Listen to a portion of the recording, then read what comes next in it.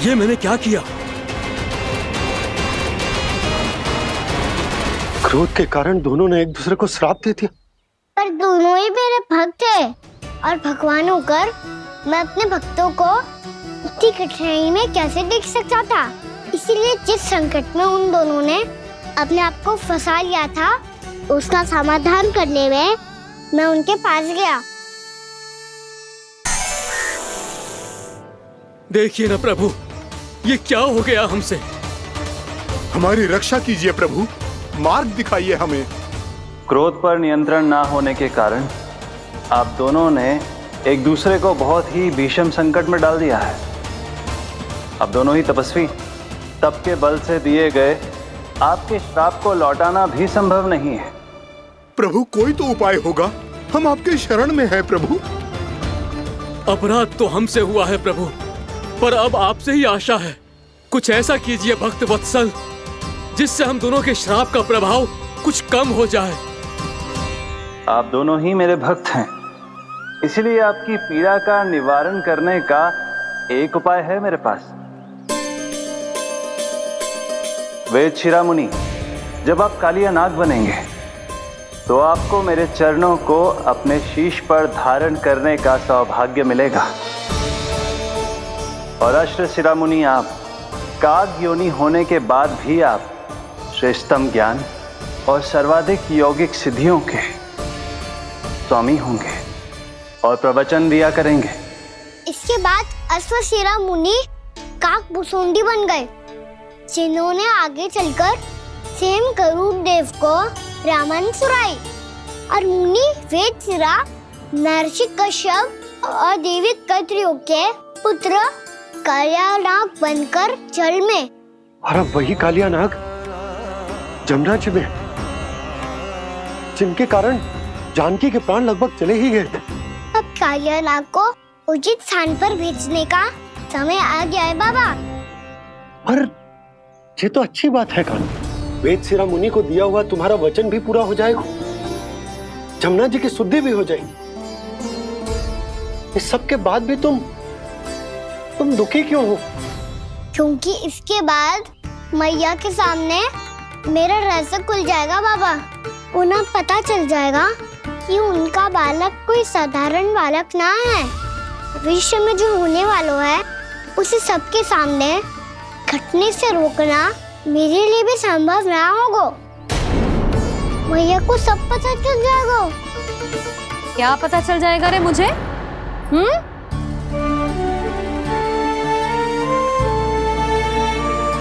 यही कि सबसे अधिक प्रेम मैं आपसे ही करता हूँ। अब बस भी कर, चलो भोजन के लिए बुलाने आई थी तुम दोनों को। भूखा थोड़े ना रहने दूंगी अपने लल्ला को, मेरा लल्ला दुर्बल हो जाएगा ना। आप खिलाओगे तो ही खाऊंगा। हाँ ठीक है, मैं ही खिलाऊंगी। अब चल, आओ जी, चल।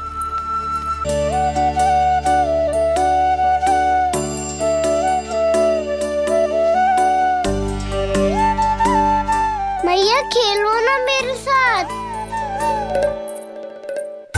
मैया सुनो ना,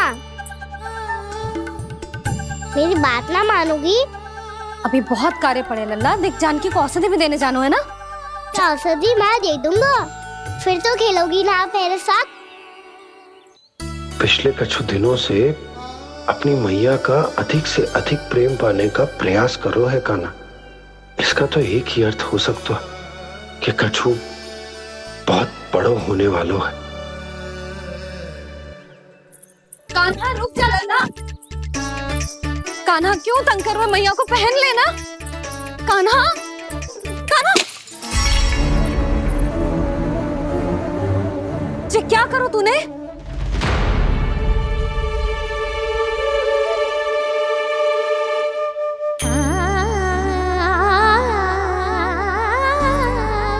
अच्छा ठीक है, अब मुंह लटकाने की आवश्यकता ना है। ये ले।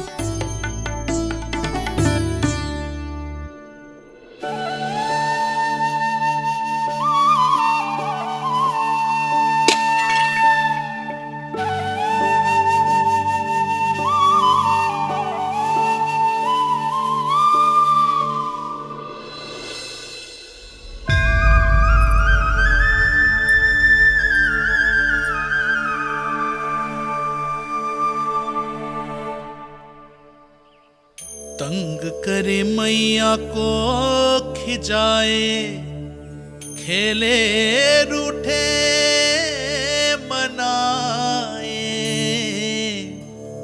लीला अनोखी करके शरारत, कान्हा दंड भी पाए।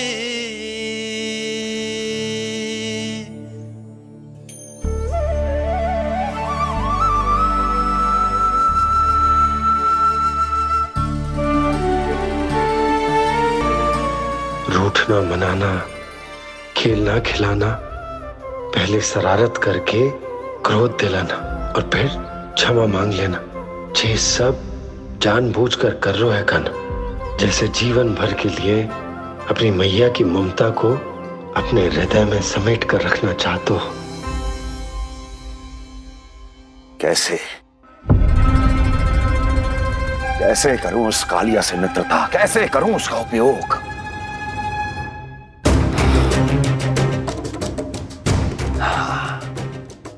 उस पर आक्रमण कर देता हूं और उसे किसी ना किसी तरह से यह विश्वास दिला देता हूं कि यह आक्रमण उस विष्णु अवतार ने किया है। फिर वो क्रोध में आकर सारे वृंदावन वासियों को अपने विष से समाप्त कर देगा। उचित है, ये उचित है। नारायण हरि, नारायण हरि।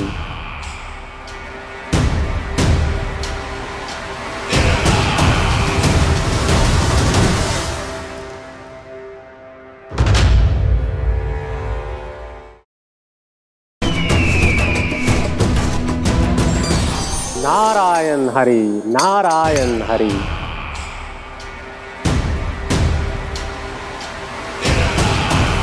प्रणाम देवर्षि। किस योजना में कितना लाभ है और कितनी हानि, यह आंकलन करते करते थक गए होंगे मथुरा नरेश। देवर्षि, आज मेरा ध्यान कैसे आ गया आपको? आप तो सदैव ही मेरे ध्यान में रहते हैं महाराज कंस।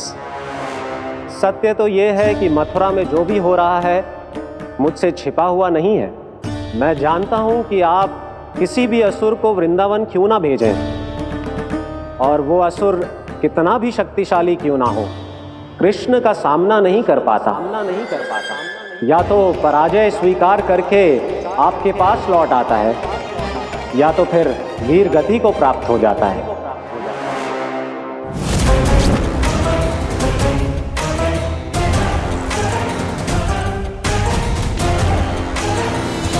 वाह, मुझे मेरी असफलताएं स्मरण कराने आए हैं, मेरे घाव को खुरेदने आए हैं, उन पे नमक छिड़कने आए हैं। मित्र को शत्रु समझने की भूल मत कीजिए महाराज कंस। मैं तो आपकी सहायता करने आया हूं। हाँ, और मेरी सहायता। कृष्ण विष्णु अवतार है, आप विष्णु के भक्त हैं। मैं हूं विष्णु द्रोही, फिर भी तो आपके आराध्य को हानि पहुंचाना चाहता है, उसकी सहायता करना चाहते हैं आप। क्या आप निश्चित रूप से कह सकते हैं कि आप ब्रह्मांड के सभी नियमों को अच्छी तरह समझते हैं? अवश्य। आपके लिए बस इतना ही जानना पर्याप्त होगा कि मैं जो कुछ भी कर रहा हूं उसके लिए मेरे व्यक्तिगत कारण हैं। मैं तो बस आपके हित में पिछली बार की तरह एक सुझाव लेके आया था, पर यदि आप मेरा सुझाव सुनना भी नहीं चाहते तो आपकी इच्छा। नारायण हरि, नारायण हरि। कारण चाहे जो हो, इनके पिछले सुझाव के कारण ही आज मेरे शत्रुओं की संख्या कम है। अन्यथा मैं देवकी के अन्य पुत्रों को भी जीवित छोड़ देता, और आज वो सब अपने भाई के साथ मिलकर उसकी शक्ति को अनेक गुना बढ़ा देते। ठहरिए देवऋषि।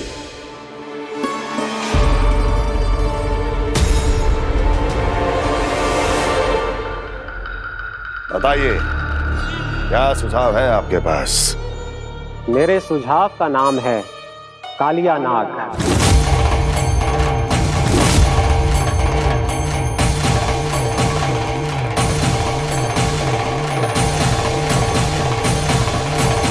उसके विषय में मैं जानता हूं देवर्षि।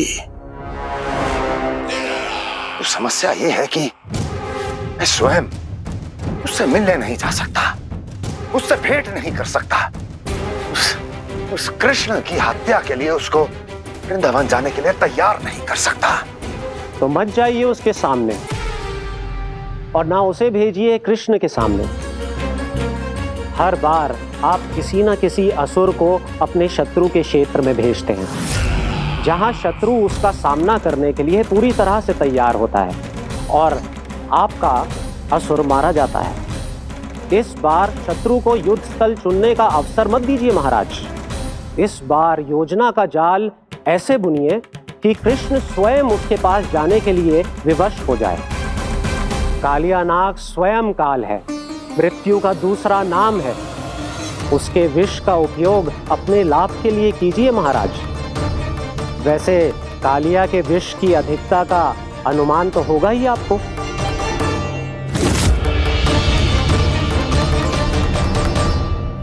एक बार जो उसके क्षेत्र में पहुंच गया, फिर उसके विष से बचना असंभव है। उचित सुझाव है देवर्षि, उचित सुझाव है। देवर्षि, उस छलिया विष्णु की भक्ति करते करते आप भी उसके रंग ढंग सीख गए हैं। उचित है, उचित है।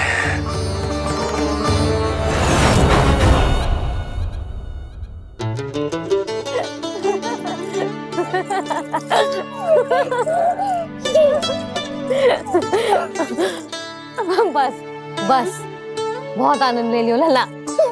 बस अब दूध पी ले। ठहर ठहर, गर्म है। जी ले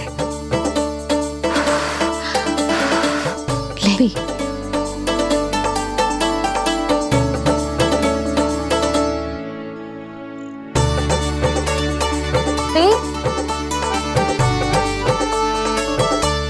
मैं ना होती तो ना जाने क्या होता तेरा। अपने आप दूध भी ना पी सकते है, भावला कहीं का। आपकी इस प्रेम के लिए तो मैं धरती पे आया हूँ मैया। मैं भी यही सोच रहा हूँ यशोदा कि तुम ना होती तो मेरा क्या होता। इसी बात पे थोड़ा दूध और कजू खाने को दे दो। अरे मैं तो भूल ही गई। तनिक ठहर जाओ जी, दूध पी लेना तो आपके लिए भी कछु ले आती हूँ।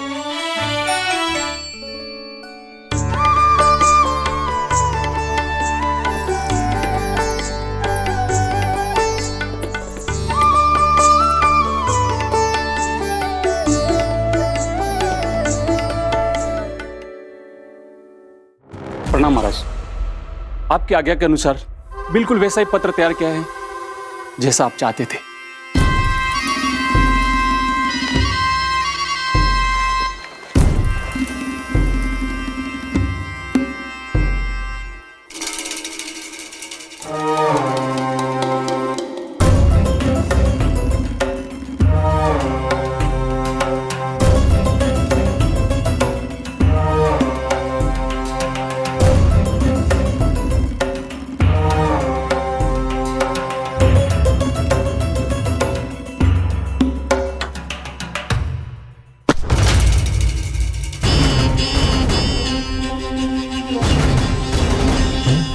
कृष्ण जन्म से लेकर आज तक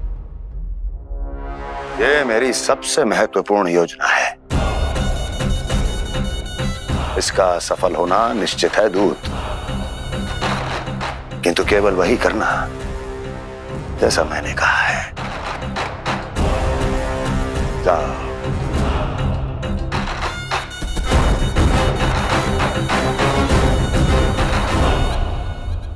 कान्हा,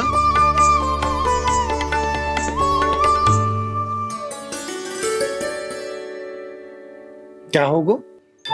बाबा मैं चाहता हूँ कि मैया की स्वमता क्रिस्टल फ्रेम की वर्षा मुझ पे सरते ऐसे होते रहे। वो तो होती रहेगी लल्ला।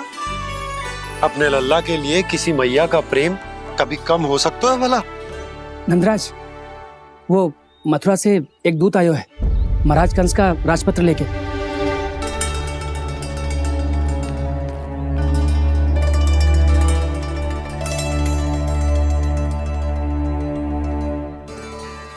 कान्हा अब क्या करने वाला है? तेरे बाबा कहाँ गए? हाँ?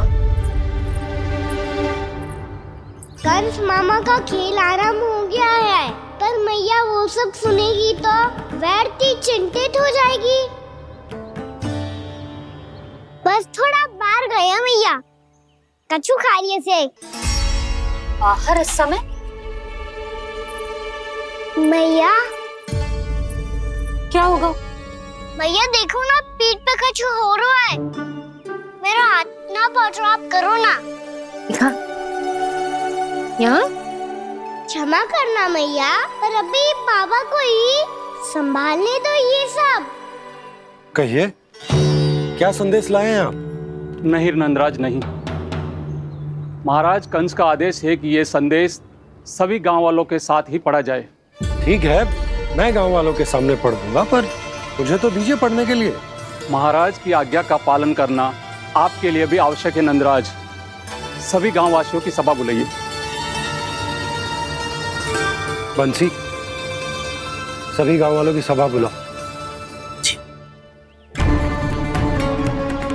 राजपत्र में ऐसा क्या संदेश भेजो है कंस ने? अब मेरे पत्र को पढ़कर सब भौचक के रह जाएंगे। और वो कृष्ण, उस कृष्ण के पांव के नीचे से तो भूमि खिसक जाएगी, आकाश फट पड़ेगा, बिजलियां गिर जाएंगी। प्राप्ति, ओ प्राप्ति, कंस का पत्र। स्वयं को बहुत अधिक शक्तिशाली समझता है ना वो। अब देखता हूं कैसे वो इस महासंकट का सामना करता है। वो कृष्ण, वो अपनी मृत्यु स्वयं चुनेगा या मृत्यु की वेदी पर चढ़ा देगा प्रिय वृंदावन वासियों को।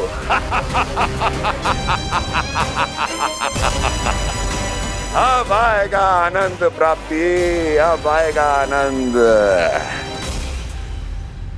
सबको इकट्ठा करवा के ही पढ़वाएगो। अवश्य ही कोई विशेष संदेश दिया होगा कंस ने।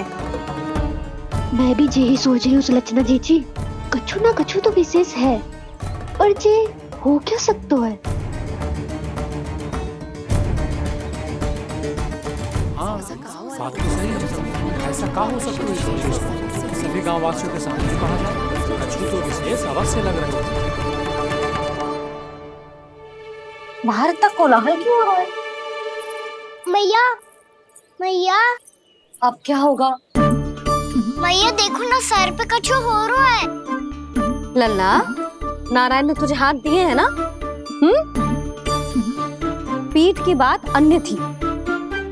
अपने सिर की सेवा स्वयं कर। सर पे तो हाथ पहुंच रहा है ना?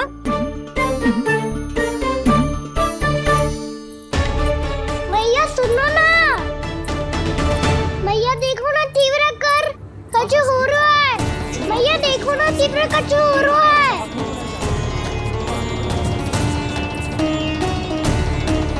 सब लोग आ चुके हैं, अपना संदेश सुनाइए आप। गोपराज नंद और सभी वृंदावन वासियों को सूचित किया जाता है कि मथुरा अधिपति और आप सभी के महाराज कंस ने कल सुबह भव्य पूजा का आयोजन किया है। इसके लिए राज्य को वृंदावन के क्षेत्र के निकट यमुना नदी के मध्य में खिलने वाले 1 कोटि कमल के पुष्पों की आवश्यकता है। इसीलिए आप सभी को यह आदेश दिया जाता है कि ये सभी कमल के पुष्प प्रथम पहर से पहले राजसभा में पहुंचा दिए जाए। तो सारे वो भी प्रथम पहर से पहले कैसे हो सकता है? यदि आप ऐसा करने में असफल रहे तो इसे राज आज्ञा का उल्लंघन माना जाएगा और राजद्रोह के आरोप में आप सभी को कड़े से कड़ा दंड दिया जाएगा।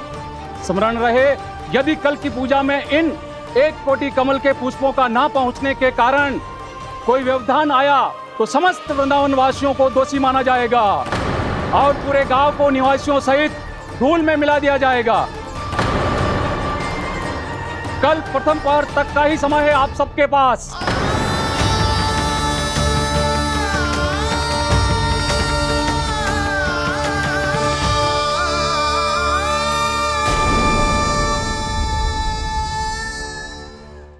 कमल पुष्प, वो भी कल प्रथम प्रहर में? ऐसे कैसे संभव है? और कोई साधारण पुष्प ना, यमुना नदी के मध्य खिलने वाले विशेष कमल के फूल चाहिए उन्हें। लेकिन यमुना नदी में तो कालिया नाग ने विष घोल के रखा है, तो फिर कैसे हो पाएगा? यह संभव है। हमारी मृत्यु का संदेश भेजा राजा कंस ने। सदैव की भांति इस समस्या पर भी गांव के बड़े ही विचार करेंगे। बालकों का यहाँ होना उचित ना है।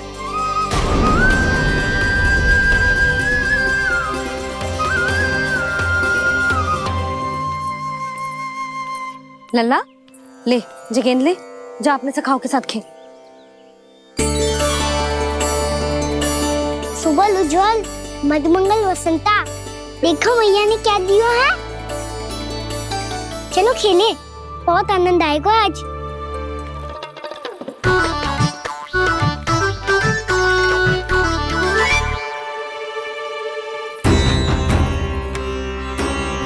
भानु, बंसी, जाओ और शीघ्र ही वो घेरे का कार्य समाप्त करो।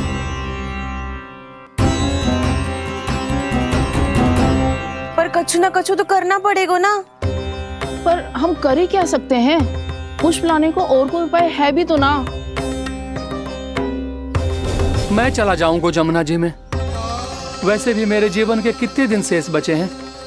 गांव के लिए, समाज के लिए कुछ करके मरूं, तभी तो शांति मिलेगी। ना काका, यदि आप उस विषैले जल में छलांग लगा भी दोगे, किंतु 1 कोटि कमल पुष्प एकत्रित कर पाना आपके लिए संभव ना है। इससे अच्छा है कि मैं चला जाऊं। यदि मैं मर भी गया तो मेरे पीछे रोने वाला कोई ना है। किसी को कहीं जाने की आवश्यकता ना है। गोप नरेश होने के नाते ये मेरा कर्तव्य है कि मैं आप सबकी रक्षा करूं। नंदराज, आपको जाना है तो जाओ। हरिया, काका, भैया सब चले जाओ। लेकिन आपको पता है वहाँ का जल कितना विषैला है। आप लोग एक क्षण भी जीवित नहीं रह पाओगे। फिर कैसे इकट्ठा करेंगे 1 कोटि कमल पुष्प? आप बात तो सही कह रही हैं शांति। उस दुष्ट कंस ने ऐसी मांग रख के हम सबको फंसा दिया। हम में से कोई भी क्यों ना चला जाए और इस संकट का समाधान ना निकले को। कान्हा, बताना कौन सा खेल खेलें? गेंद पकड़ खेलते हैं। पर एक बात सुन लो सब, कोई भी तीव्र गति से ना फेंकेगा गेंद को। भैया ने फ्रेम बनाई है मेरे लिए। सब तैयार हो?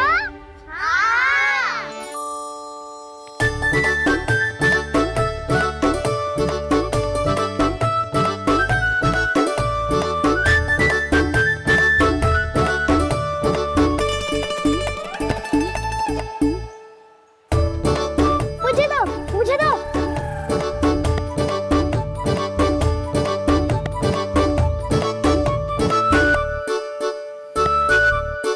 मुझे दो, मुझे दो।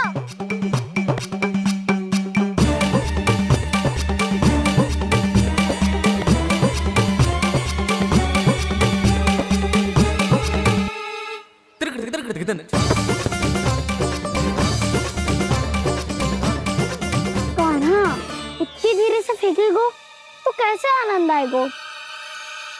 थोड़ा बल लगा के फेंक। हाँ कान्हा, हम अभी बड़े हो गए हैं, तू अब भी छोटे बालकों की तरह फेंक रहा है।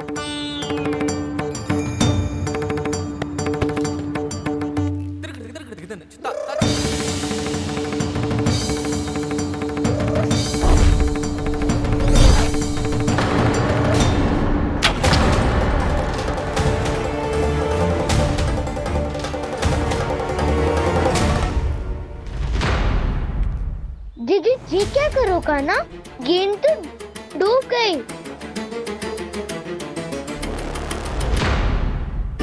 अच्छा, तो ये सब इसकी योजना का भाग था ताकि ये कालिया का सामना कर पाए। तुम सबने तो कही थी तीव्र गति से फेंको। देखो फिकवा दी ना मेरी गेम। मुझसे नदी में। अब मुझे जाके लानी पड़ेगी। रुक जा कान्हा, रुक जा कान्हा। जी क्या बोल रहे थे कान्हा? इसमें तो बहुत संकट है। कोई भी संकट मेरी मैया का उपहार खोने से बड़ा ना है। बहुत प्रेम से बना के उन्होंने दी थी।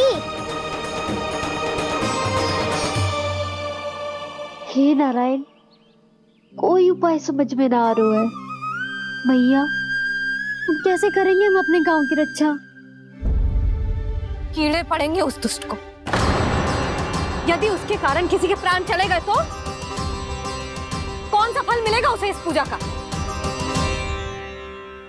तुम सही कह रही हो यशोदा। हमारे पास कोई और दूसरा विकल्प भी तो ना है। यदि हमने मथुरा की राज आज्ञा का पालन ना किया तो इसका दुष्परिणाम पूरे गांव को भुगतना पड़ेगा।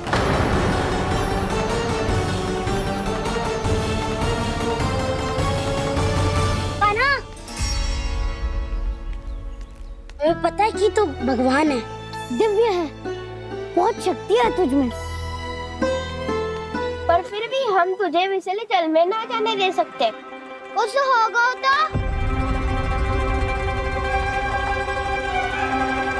तुम सब इतनी हट कर रहे हो तो ठीक है, ना जाऊंगा।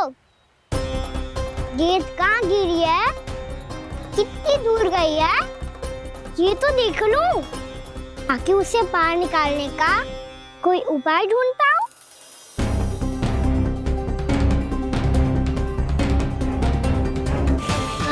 हाँ।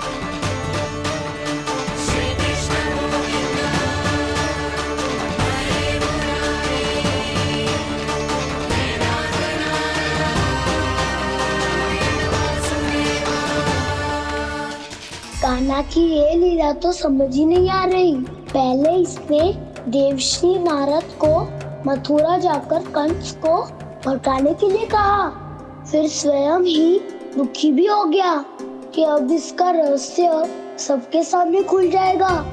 और अभी स्वयं ही तो इसने कहा था कि गेंद बहुत महत्वपूर्ण है, फिर स्वयं ही उसे नदी के विषैले जल में फेंक दिया।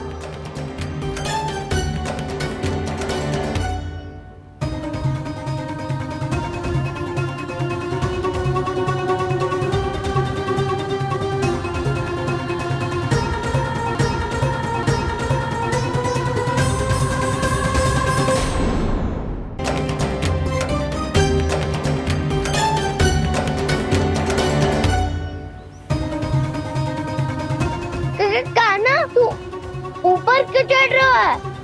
अरे ऊंचाई से देखूंगा तभी तो गेंद दिखेगी।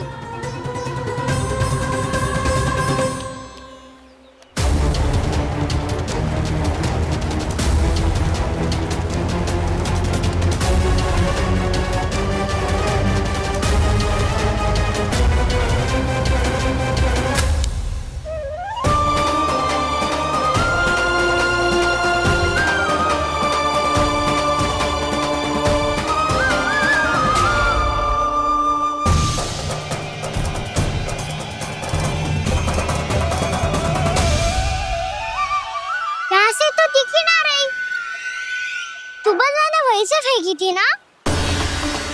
ना वहाँ से फेंकी थी। कहाँ से? देखा ना वहाँ से। समझ ना आ रहा, ठीक बताना कहाँ से फेंकी थी?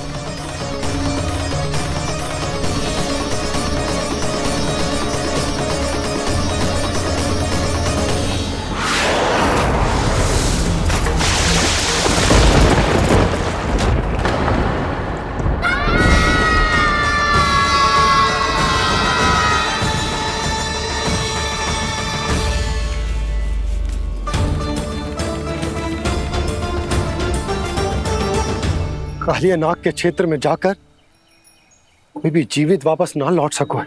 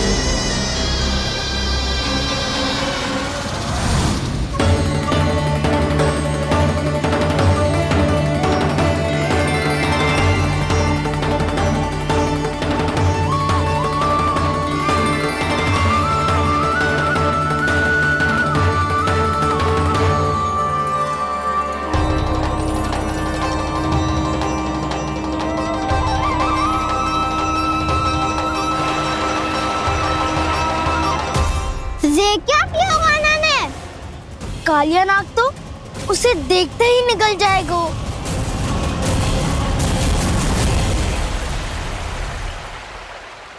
तो आरंभ से अब तक सब कुछ उसकी लीला का ही भाग था।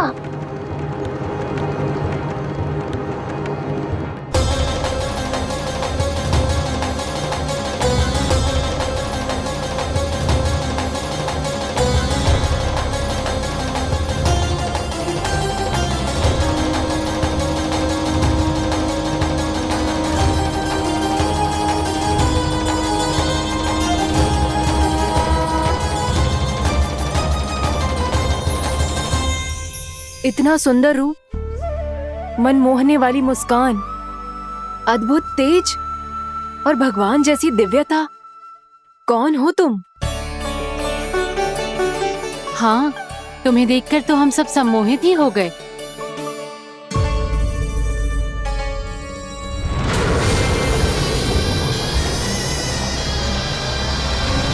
तुम जो भी हो बालक, वापस लौट जाओ। हमारा हृदय तुम्हें ही देखते रहना चाहता है, किंतु यदि हमारे पति जाग गए तो तुम्हें अवश्य हानि पहुंचाएंगे। ये बहुत विषैले है बालक, कालकोट जैसे भयानक। इनके विष से तुम नहीं बच सकोगे। नंदराज, कालिया नाग के विष का प्रभाव बढ़ते ही जा रहा है। पहले 8 कोस तक उसके विष का प्रभाव था, अब तो 1 योजन से अधिक क्षेत्र में फैलो है। जल पीने के प्रयास से अनेक पशु मारे गए हैं और नदी के निकट के वृक्ष और वनस्पति सब नष्ट होने लगे।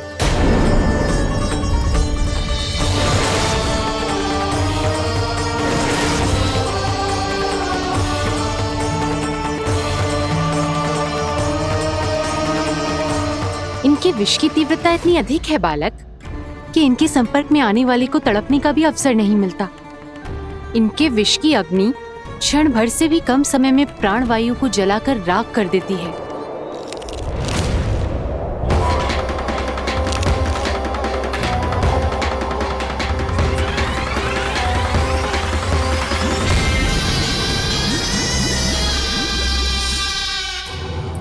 तब तो समस्या और भी गंभीर हो जाएगी।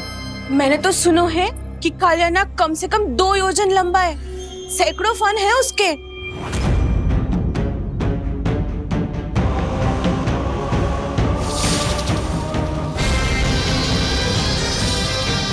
इसका अर्थ तो ये है कि हम दोनों ओर से फंस गए। एक और कंस को 1 कोटि कमल पुष्प देने जो कि कालिया नाग के क्षेत्र में पड़ते, और दूसरी ओर उस कालिया नाग का विष यमुना जी के क्षेत्र में बढ़ता ही जा रहा। इसके कारण हम ही नहीं, निर्दोष पशु पक्षी भी संकट में। इन दोनों समस्याओं का एक ही समाधान है, उस कालिया नाग का सामना करना। और ये ना समझ आ रहा कि हम ये करेंगे कैसे, क्योंकि ये बात साधारण मनुष्य के बस की ना है। हमारे लिए ये असंभव है।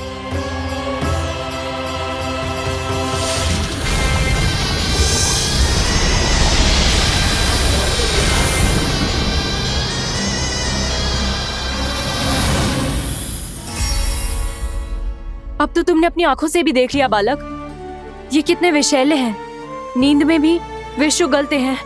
इससे पहले कि तुम्हें कुछ हो जाए, चले जाओ यहाँ से, मान लो हमारी बात।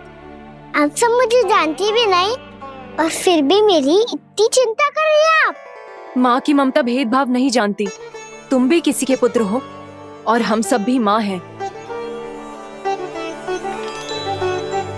एक माँ को हर बालक में अपनी ही संतान दिखाई देती है, इसलिए हम तुमसे विनती करते हैं, वापस चले जाओ, बचा लो अपने प्राण। मेरी चिंता मत कीजिए, मुझे कुछ नहीं होगा। होगा, अनर्थ होगा यदि ये उठ गए तो।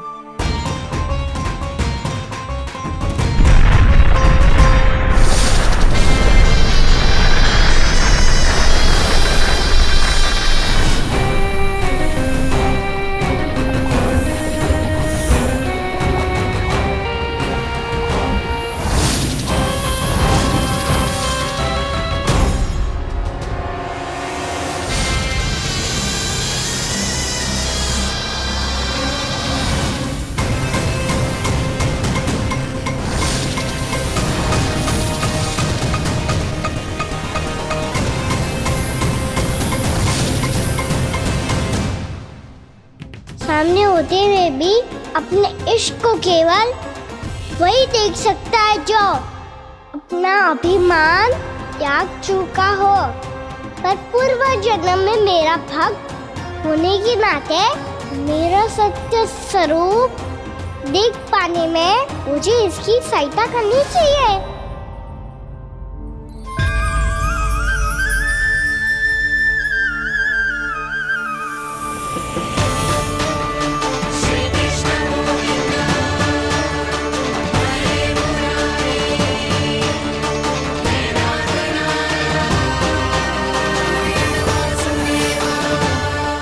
देखो हमारा छोटा सा कान्हा कैसे डट के खड़ा हुआ है, इतने विशालकाय, इतने महाभयंकर सबके सामने।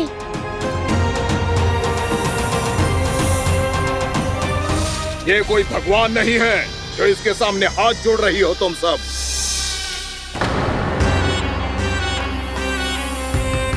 एक सामान्य साधारण बालक है ये, जो ये तक नहीं जानता कि इसके सामने है इसका काल, कालिया। तू कौन है बालक? मेरे इतने निकट आकर भी तू जीवित कैसे है? मेरी नहीं, अपनी चिंता करो कालिया। बहुत मनमानी कर ली तुमने। अब बस मैं तुम्हें रोकना हूँ। अब बस मैं तुम्हें रोकना हूँ। बित्ते भर का है तू, मेरे विष के बारे में जानता ही क्या है? और कहता है मुझे रोकने आया है। किससे? किससे रोकना चाहता है तू मुझे? मुझे क्रोध दिलाने की भूल मत कर बालक। अपनी फुंकार से ही तेरी इस मुस्कुराहट को अंतिम मुस्कुराहट बना सकता हूं मैं। शीघ्र बता, कौन है तू और किसने भेजा है तुझे? तुम्हें आवाज भी है कि अपनी पुकारों से तुम कितना विष भूल चुके हो। पवित्र यमुना नदी को कितना दूषित कर दिया तुमने। और यही नहीं, तुम्हारे कारण निकट के जीव जंतुओं, वृक्ष, वनस्पतियों सबको हानि पहुंच रही है। तो क्या? मुझे उससे क्या? मुझे है आपत्ति है मुझे तुम्हारे इस व्यवहार से, और इसीलिए तुम्हें यहाँ से जाना होगा।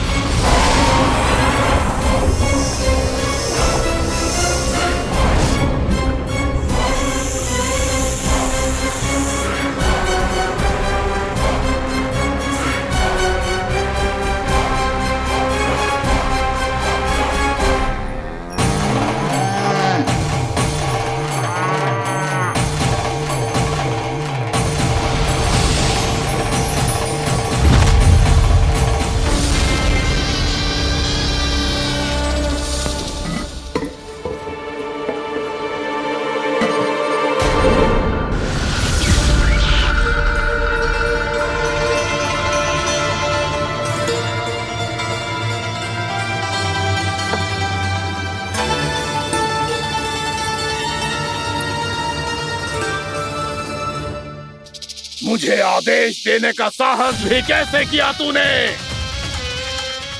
इस क्षेत्र को मैंने अपना राज्य बनाया है, मेरा परिवार रहता है यहाँ,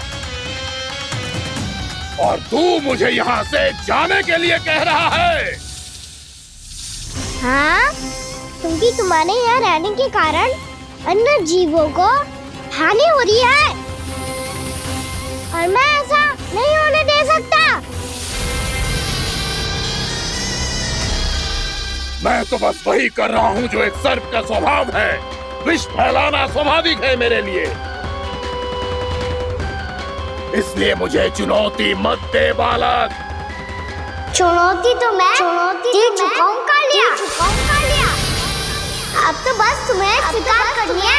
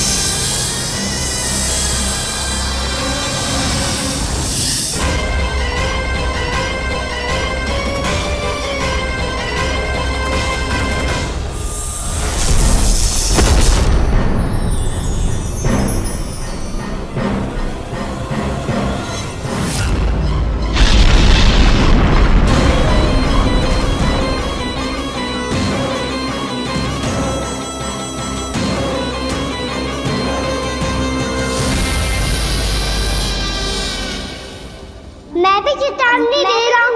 यहाँ से चले जाओ, यहाँ से चले जाओ। अपनी भूल को पहचानो कालिया। तुम जो कर रहे हो वो अनुचित है।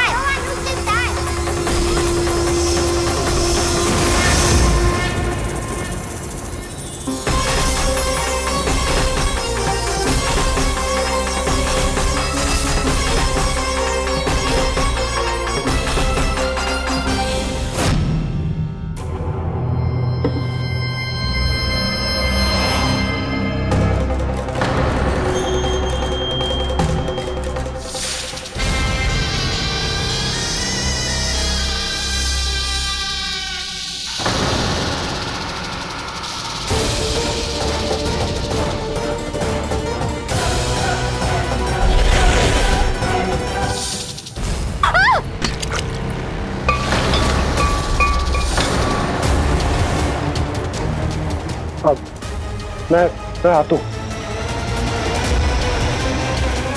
क्या हो गया सुधा?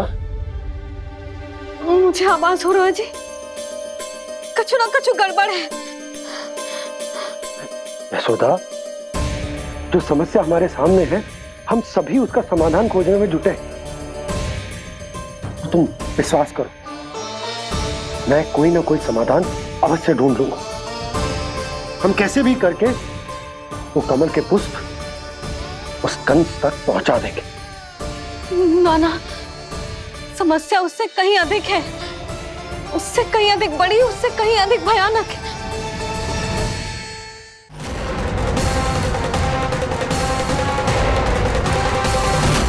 विस्की ये बूंद से ही सबके प्राण चले जाते हैं।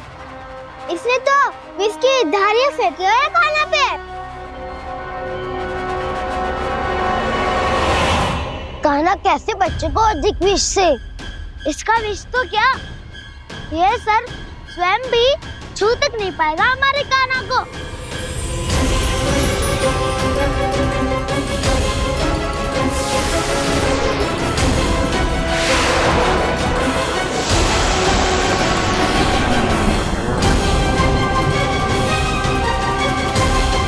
तुम्हारे सखा को, मेरे भाई को कोई हानि नहीं पहुंचा पाएगा। ये कान्हा का सत्य चाहे जो हो बलराम, पर अभी तो जो एक बालक ही है ना।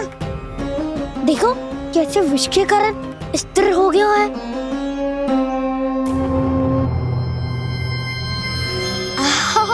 हाउ सर्फ ने कितनी आसानी से अपनी पूंछ से बांध लिया है। मुझे यहाँ से भगाना चाहता था ना तू? अब मैं तुझे दिखाऊंगा अपना सामर्थ्य। ये मूर्ख किसे बांधना चाहता है अपनी पूंछ में?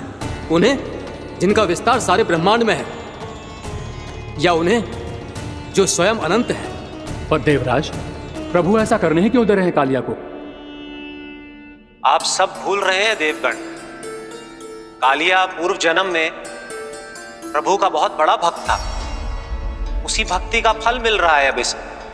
वैसे भी भक्तों के मन का भाव सबल हो तो भगवान तो सहज ही बंध जाते हैं।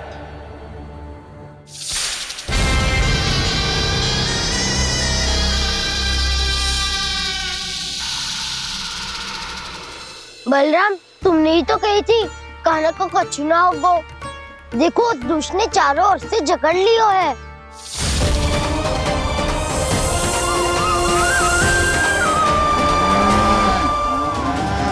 ये क्या कह रही हो तुम? जसोदा जी, क्या हुआ? घबरा क्यों रही हो आप? सुलक्षणा, मुझे आभास हो रहा है कुछ बहुत बड़ी अनहोनी हो गई है। नंदराज, नंदराज, नंदराज!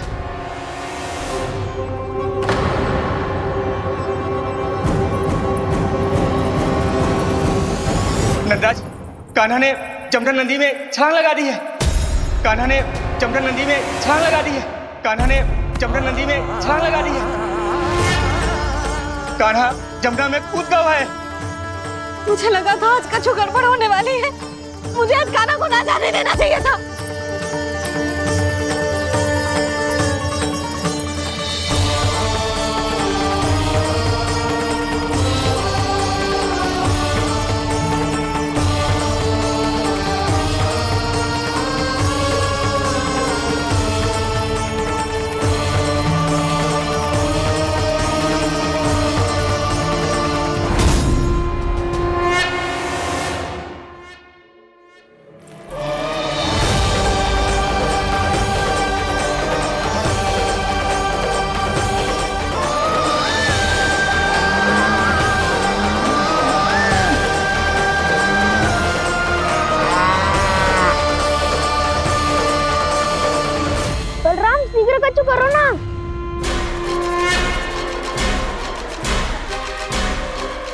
कुछ भी करो पर कान्हा को बचाओ।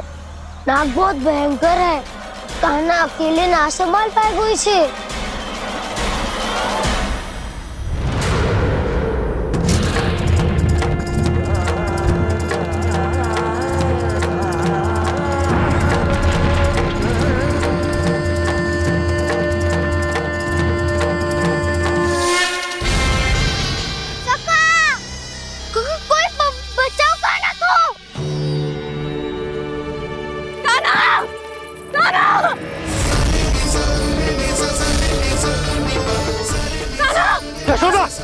यशोदा रुको। छोड़ दो मुझे, प्लीज छोड़ दो मुझे। जीजी संभालो, बावली हो गई है। जीजी संभालो। कान्हा, कान्हा।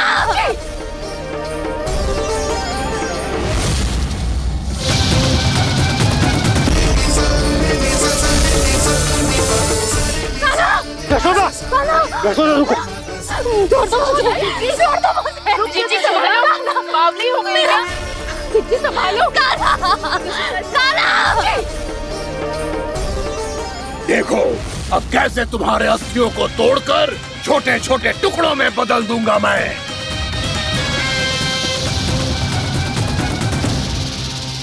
अगर जी आप जाओगी तो आप भी फंस जाओगी। अपने लल्ला के लिए मैं किसी भी संकट का सामना करने के लिए तैयार हूँ। छोड़ो ना यशोदा, हमें कोई और उपाय खोजना पड़ेगा। कोई और उपाय? आप देख ना रही मेरा कान्हा किस दशा में है। कान्हा मैया के वश में नहीं है, नहीं तो ये अपने लल्ला के लिए साक्षात काल का भी सामना कर ले। ये तो केवल कालिया नाग है। हे नागराज, आप मेरे प्राण ले लो पर कान्हा को छोड़ दो। ना नागराज, आप मेरे प्राण ले लो, मैं विरोध भी ना करूंगी। ना नागराज, आप मुझे मार दो पर मेरे कान्हा को छोड़ दो। ना ना ना ना नागराज, मेरे प्राण ले लो, हमारे कान्हा से क्या शत्रुता है आपकी। प्रभु के लिए जो प्रेम यशोदा मैया के हृदय में है, वही इन सभी गोपियों के हृदय में भी है।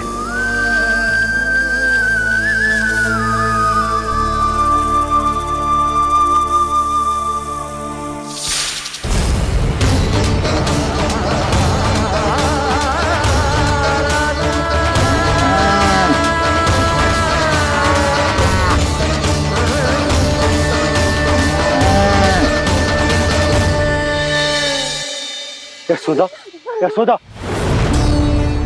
देखो इन गोपियों को, इन गैयाओं को, इन सब के मन में भी तुम्हारी भांति ही ममता भरी हुई। वो सब भी कान्हा से उतना ही प्रेम और स्नेह करती है, उतनी ही ममता से भरी हुई है जितनी कि तुम। तो तुम ही सोचो, जिसके साथ इतनी ममता और इतना स्नेह, इतना प्रेम, उसका कोई क्या कर सकता है? उस कालिया नाग का वेश इस सब आशीर्वादों के सामने कछु न है। कछु करो जी। उसे बोलो वो मेरे प्राण ले ले, मेरे कान्हा को छोड़ दे। यशोदा,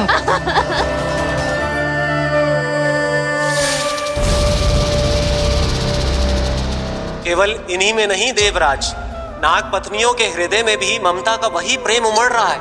देखिए। मैं आपके हाथ जोड़ती हूँ स्वामी, इस बालक को छोड़ दीजिए। ये अवश्य ही कोई दिव्य आत्मा है स्वामी। हम आपसे विनती करते हैं स्वामी, इस नन्हे बालक को हानि मत पहुंचाइए स्वामी। मेरी पत्नियां मेरे ही शत्रु के लिए विनती कर रही हैं। अब यदि इसके पक्ष में एक शब्द भी कहा तुम सबने, तो मैं इस बालक से पहले तुम सबके प्राण ले लूंगा। हो रहा प्रसन्न नाग कालिया, विजय को निश्चित जान। रोते बिलखते व्याकुल सब संकट में देख कान्हा के प्राण।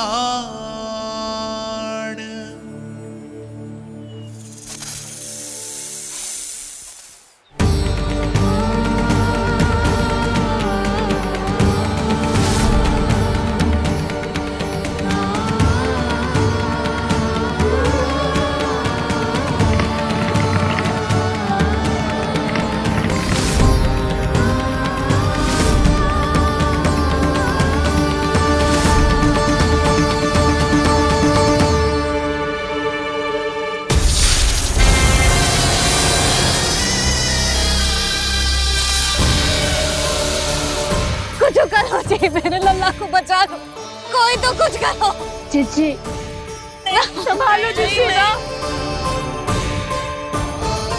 यशोदा, यशोदा तुम शांत हो जाओ, मैं कान्हा को वापस लेकर आऊंगा, मैं रक्षा करूंगा उसकी। ना नंदराज, नंदराज नहीं, कम से कम आप तो समझो नंदराज, कालिया के पास आप जाओगे तो आप भी फंस जाओगे।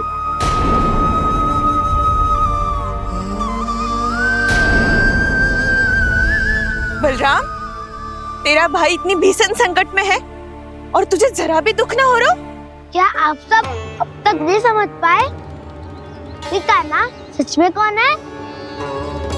छोटे बाबा, आप तो उसका सत्य जानते हैं ना?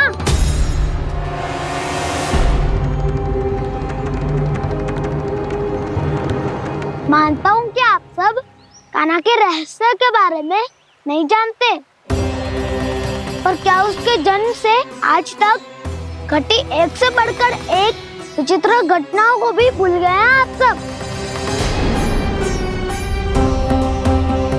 भूल गए हैं कि कैसी पूतना जैसी राक्षसी उसका कुछ बिगाड़ नहीं पाई, कैसे तरनावती जैसा भयानक राक्षस उसे एक खरोच भी नहीं दे पाया था।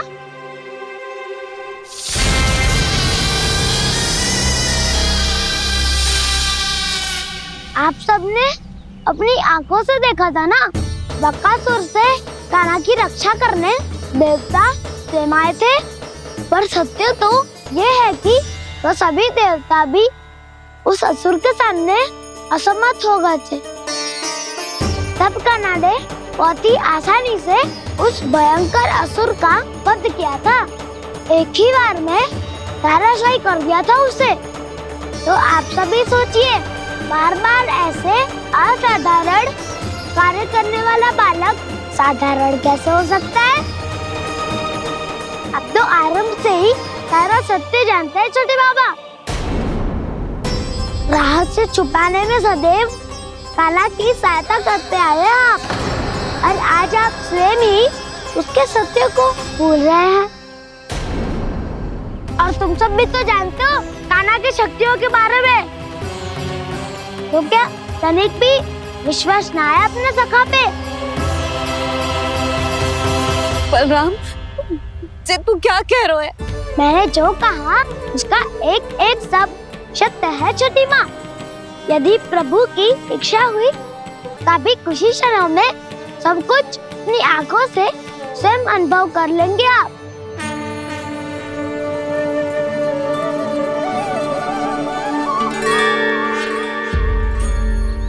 शांताकारं भुजगशयनं पद्मनाभं सुरेशं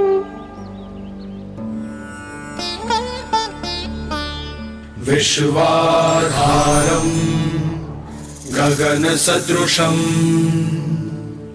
मेघवर्णं शुभांगं लक्ष्मीकान्तं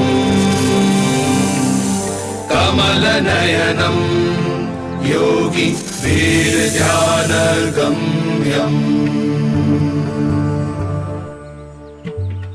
वन्दे विष्णुं भवभयहरं सर्वलोकैकनाथम्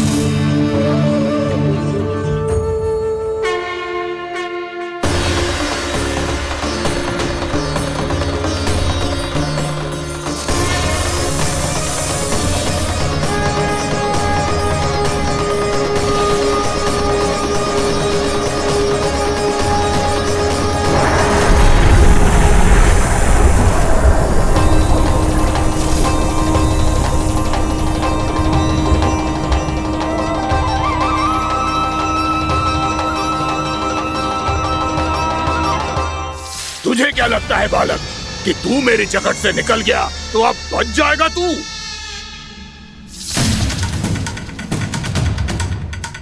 मेरे विष से अपनी प्राण रक्षा करने में सफल रहा, मेरी जगत से भी छूट गया, पर मेरे दंश से नहीं बच पाएगा।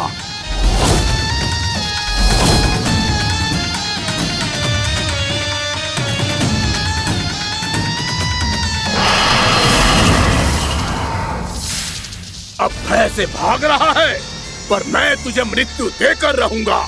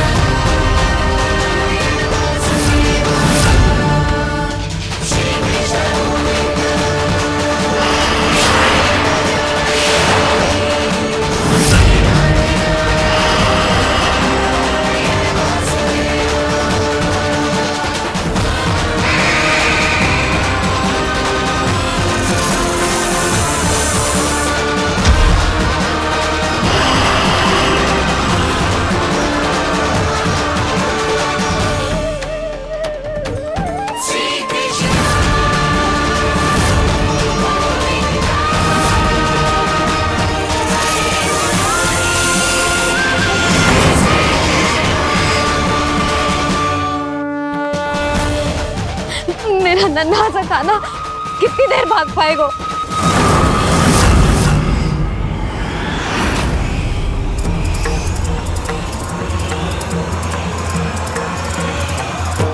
और कितनी प्रतीक्षा करोगे मेरी भक्त कालिया? भक्त नहीं, काल हूं मैं तेरा। जब अहंकार का मुकुट बुद्धि को ढक लेता है तो भक्त अपने भगवान को भी नहीं पहचान पाता। व्यर्थ की पहेली में मत उलझा बालक, ना मैं भक्त हूँ और ना तू भगवान।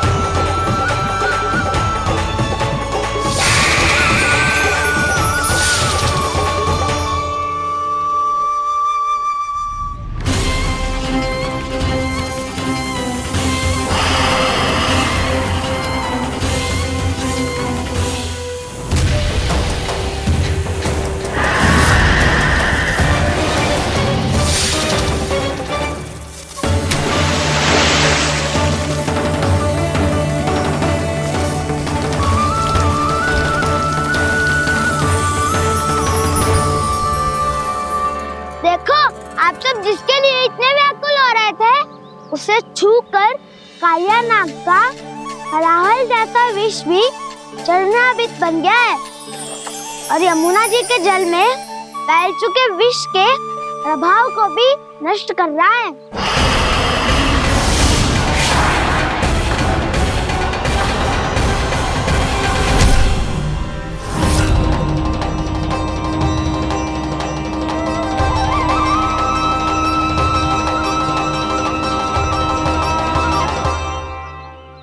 धर्म रक्षक अधर्म विनाशक प्रभु श्री कृष्ण का कौशल सचमुच आदित्य है। नारायण नारायण।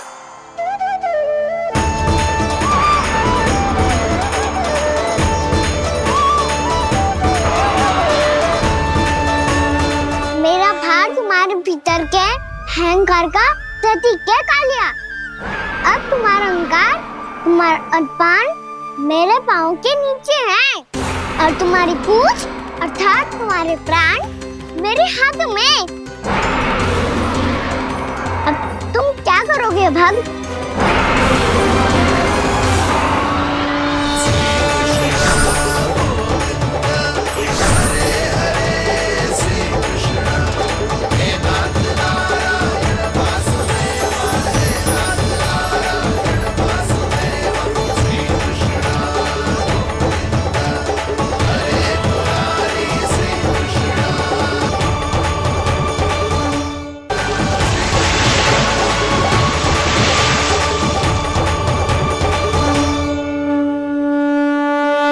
प्रभु, भले ये आपको पहचानने में असमर्थ हो, पर हम सब ने आपको पहचान लिया है। हाँ प्रभु, एक भक्त होने के नाते और एक अर्धांगिनी और माँ होने के नाते मैं आपसे इनके प्राणों की भिक्षा मांगती हूँ। अपनी कृपा दिखाइए और इन्हें क्षमा कर दीजिए। आपके लिए मित्र और शत्रु में कोई अंतर नहीं प्रभु। उसी तरह आपकी कृपा और दंड में भी कोई अंतर नहीं। दोनों दया ही तो हैं, अकारण ही किसी को प्राप्त नहीं होती। हमें विश्वास है कि हमारे पति को मिला ये दंड कोई अभिशाप नहीं है, आपका वरदान है। ये सत्य है प्रभु कि इनसे बहुत से पाप हुए हैं। इनके विष से बहुत सारे जीव जंतु को हानि पहुंची है, पर अब आपके चरण इनके शीश पर पड़ गए हैं। ऐसी कृपा तो बड़े बड़े महान महात्माओं को भी दुर्लभ है, और इन्हें प्राप्त हुआ तो अवश्य ही ये किसी महान पुण्य का ही फल है। हे प्रभु, उन्हीं पुण्य कर्मों की शक्ति का आह्वान कर मैं आपसे विनती करती हूँ, इन्हें प्राण दान दीजिए। मैं अपने इस भक्त को क्षमा अवश्य करूँगी देवियों, यदि ये अपने अहंकार को त्याग कर मुझे पहचान ले तो।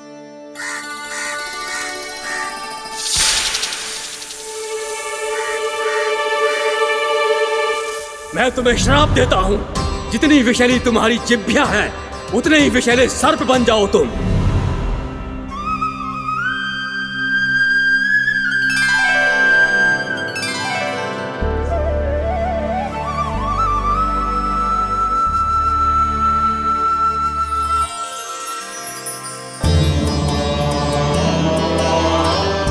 नारायण, मुझे क्षमा कीजिए नारायण। मैं तो आपका परम भक्त था, किंतु मैं आपको पहचान नहीं सका। इसका दंड तो मुझे मिलना ही था, किंतु मैं अब प्रायश्चित करना चाहता हूं। इसके लिए यदि आप मेरे प्राण भी ले लेंगे तो भी मुझे कोई दुख नहीं होगा। मैं अपना जीवन, मृत्यु और अपना अस्तित्व सब कुछ आपको समर्पित करता हूं। मैं तुम्हारे क्रोध के कारण श्राप मिला, जिसे विशाल सर्प के रूप में तुम्हारा जन्म हुआ, और सर्प का तो स्वभाव है विष फैलाना। इसीलिए तुम्हें दंड नहीं दूंगा मैं। सिर्फ सभी अपराधों का पश्चाताप कर लिया, इसीलिए मैं तुम्हें क्षमा करता हूँ कालिया।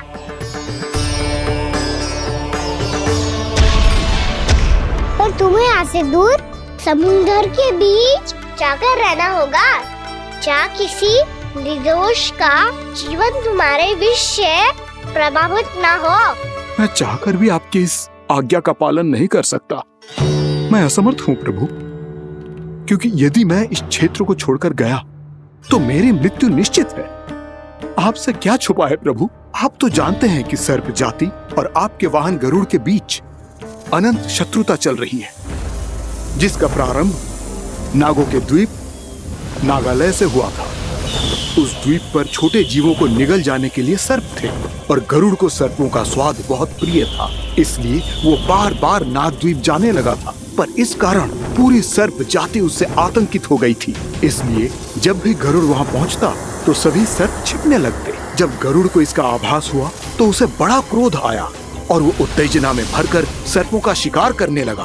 भूख ना होने पर भी उन्हें मारने लगा। अब सर्पों के प्राण हरना उसके लिए खेल बन गया था।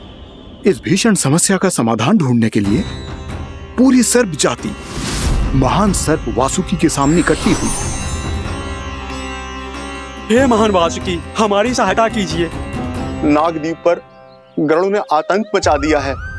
पहले तो वो हमें अपना भोजन बनाता था, लेकिन अब हम उसके खेल का साधन बन चुके हैं। भूख हो या ना हो, जब तब आकर वो हमारे प्राण हर लेता है। अनुचित हिंसा के इस प्रथा का आरंभ सर्पों ने ही किया है। पहले आप सबने पूरे द्वीप पर अधिकार कर लिया, फिर आहार के साथ साथ आनंद के लिए भी आप सभी ने निर्दोष जीवों की हत्या की। और जब सृष्टि का संतुलन बनाए रखने के लिए गरुड़ आपको अपना आहार बनाने आया, तो आप सब अपने प्राणों की रक्षा के लिए छिपने लगे। तो फिर गरुड़ का उत्तेजित होना तो स्वाभाविक ही था। नागनाथ, जो हमने अन्य जीवों के साथ किया वही अब हमारे साथ हो रहा है, परंतु ये भी तो सृष्टि के संतुलन के विरुद्ध ही है ना? अवश्य है, इसलिए मैं गरुड़ से चर्चा करूंगा। धन्यवाद प्रभु।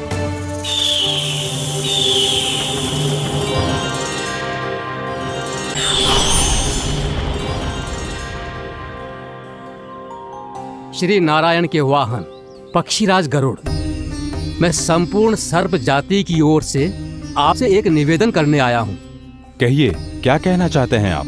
हे पक्षीराज, यदि आप हम पर ऐसे ही आक्रमण करते रहे तो शीघ्र ही हमारी प्रजाति समाप्त हो जाएगी। इसीलिए हमारी आपसे विनती है, यदि आप उचित समझें तो सर्पों के किसी एक घर से हम आपको एक सर्प प्रतिदिन अर्पित करेंगे। आप उसको आहार बनाइए और अन्य सर्पों को जीवित रहने का अधिकार दीजिए। मुझे स्वीकार है। तब से प्रतिदिन किसी एक घर से एक सर्प गरुड़ के भोजन के लिए भेजा जाने लगा। समय के साथ मेरे घर की भी बारी आई, परंतु मैंने एक बहुत बड़ी भूल कर दी। समय आ गया है स्वामी, आज गरुड़ के आहार के लिए इसे चुना गया है। कौन है यह गरुड़ और क्यों दूं मैं इसे कोई भेंट? स्वामी, सभी सर्प राज्यों और गरुड़ के बीच में यही समझौता हुआ है, हमें इसका सम्मान करना ही होगा। मैंने कोई समझौता नहीं किया, मैंने कोई वचन नहीं दिया और ना ही मैं किसी गरुड़ से भयभीत होता हूँ। यदि इस राज्य में किसी को सर्पों को अपना आहार बनाने का अधिकार है तो वो केवल मुझे है। अब से गरुड़ को दी जाने वाली हर भेंट मुझे दी जाएगी, महाविषधारी महान नागराज कालिया को। यह और कुछ नहीं, मेरा अभिमान था प्रभु, और यह मेरे इस जन्म की सबसे बड़ी भूल थी, क्योंकि फिर जब गरुड़ को इस बारे में पता चला तो। कालिया, अभिमान में आकर तूने अपने काल को ललकारा है। जिस कालिया के नाम में ही काल छिपा है, तू उसे ललकारने का दुस्साहस कर रहा है गरुड़। स्वयं को भगवान विष्णु का वाहन कहता है, तो वाहन का ही कर्म कर।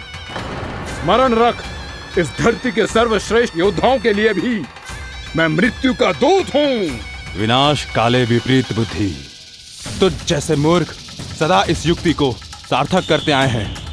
अपने विनाश को आमंत्रण किया है तो अब भोग।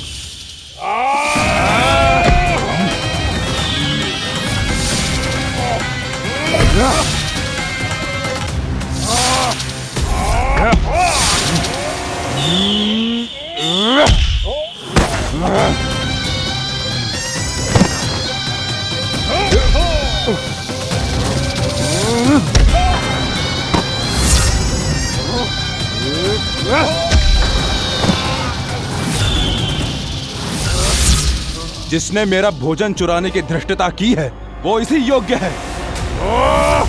तू मुझे जानता नहीं है गरुड़, मैं महाविषधारी नाग कालिया हूँ। तेरा इतना दुस्साहस कि तूने मुझ पर चरण से प्रहार किया। वाह!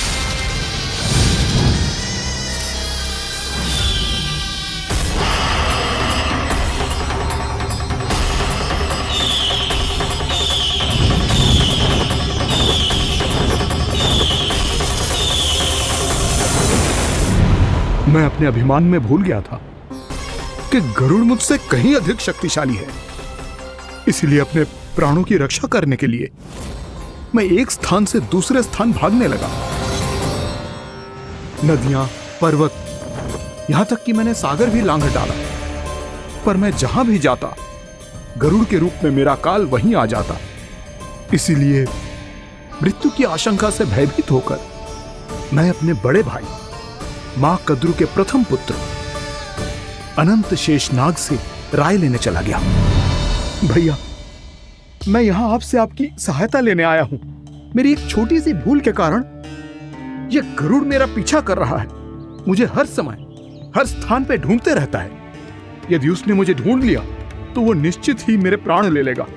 मुझे कोई ऐसा स्थान बताइए जहां मैं अपनी पत्नी और अपनी संतानों के साथ शांति से रह सकूं। तुम यमुना नदी के किनारे वृंदावन क्षेत्र में जाके वास करो कालिया। गरुड़ वहां प्रवेश नहीं कर सकता, क्योंकि उसे ऋषि सोबरी का श्राप मिला हुआ है।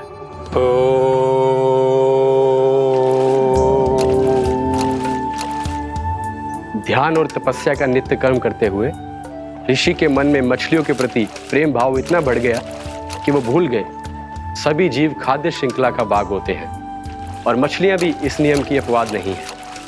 उन्हें मछलियों की अटखेली इतनी अच्छी लगने लगी कि वो इस क्षेत्र के मछुआरों को भी मछली पकड़ने की अनुमति नहीं देते थे।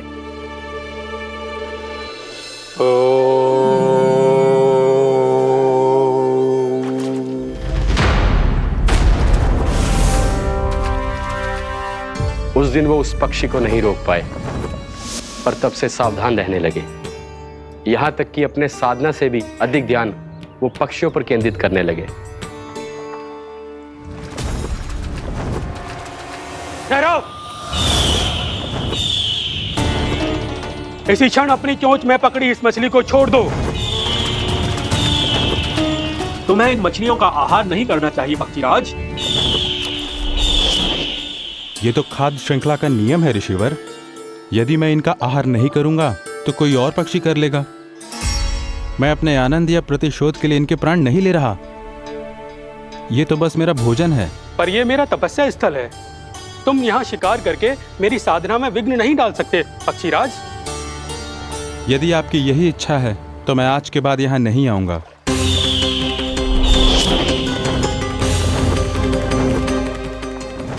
पर आज ये मछली मेरे आहार के रूप में पकड़ी जा चुकी है।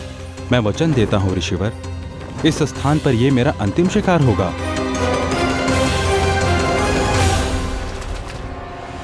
आज के बाद यदि तुमने वृंदावन की निकट उड़ान भी भरी तो तुम सैकड़ों टुकड़ों में फटकर मारे जाओगे पक्षीराज। ये मेरा श्राप है।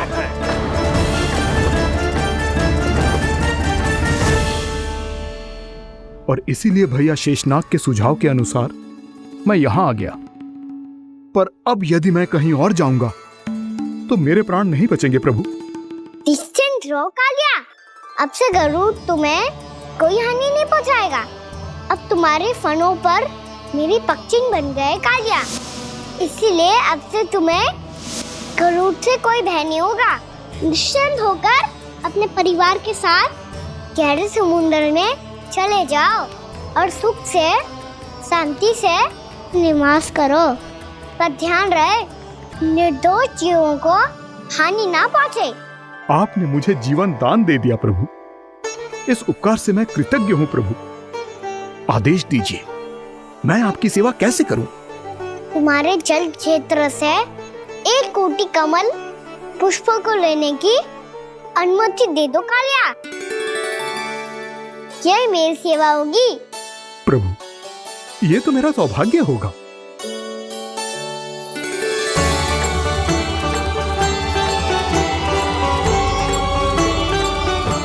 1 कोटि के स्थान पर हम 3 कोटि कमल पुष्प ले आए प्रभु। मैं तुम्हारी सेवा भाव से प्रसन्न हुआ कालिया। रमनाक द्वीप पर चले जाओ ताकि तुम्हारे कारण फिर कभी किसी निर्दोष जीव को हानि ना पहुंचे और न ही तुम्हारा विष मेरे प्रिय यमुना नदी के जल को दूषित कर पाए। मैं तुम्हें आशीर्वाद देता हूँ। आज यहाँ मेरे द्वारा तुम्हें दिए गए इस आदेश का स्मरण जो भी भक्त करेगा और प्रातः काल और संध्या काल में इसका उच्चारण करेगा, उसे फिर कभी किसी संकट से कोई भय नहीं होगा। ये स्थान अब से काला कुंड के नाम से जाना जाएगा।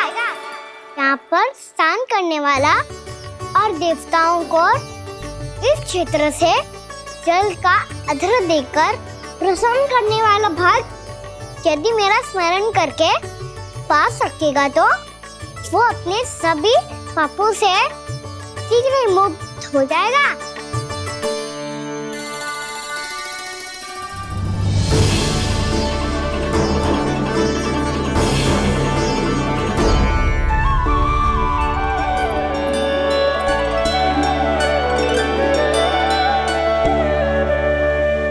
कौन है जी भगवान जिसने अभी अभी कालिया जैसे विशाल विस्तर का सामना किया?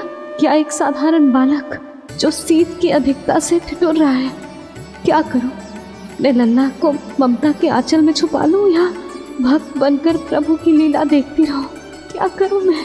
कितना ठंडा था जल, बहुत सर्दी लग रही है। सर्दी से तड़पते हुए कैसे देखूं इसे? अभी जाके अपने पल्लू से सुखाती हूँ। हृदय से लगा के स्नेह की आंच दूंगी तो सर्दी पल भर में छूमंतर हो जाएगी।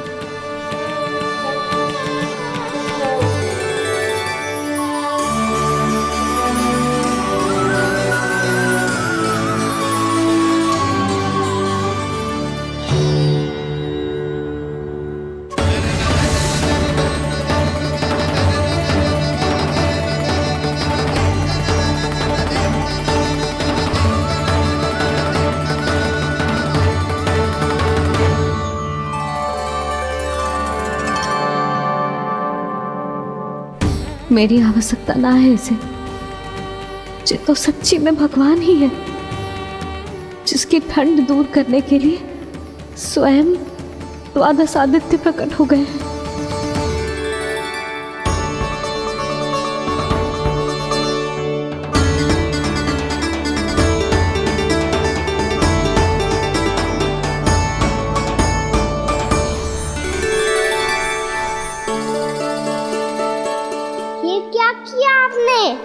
मैया मुझे अपने हृदय से लगाने वाली थी कि आप सब प्रकट हो गए।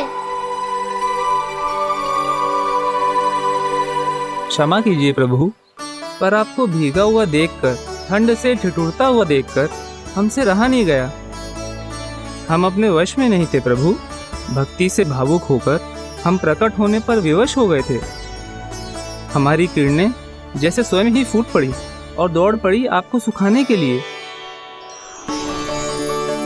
मैं आपका प्रेम, आपकी भक्ति समझता हूं आदित्यगण, और इसीलिए इस समय मैं जहां खड़ा हूं, इस स्थान को द्वादश आदित्य टीला के नाम से जाना जाएगा। द्वादश आदित्य टीला के नाम से जाना जाएगा। हम धन्य हो गए प्रभु।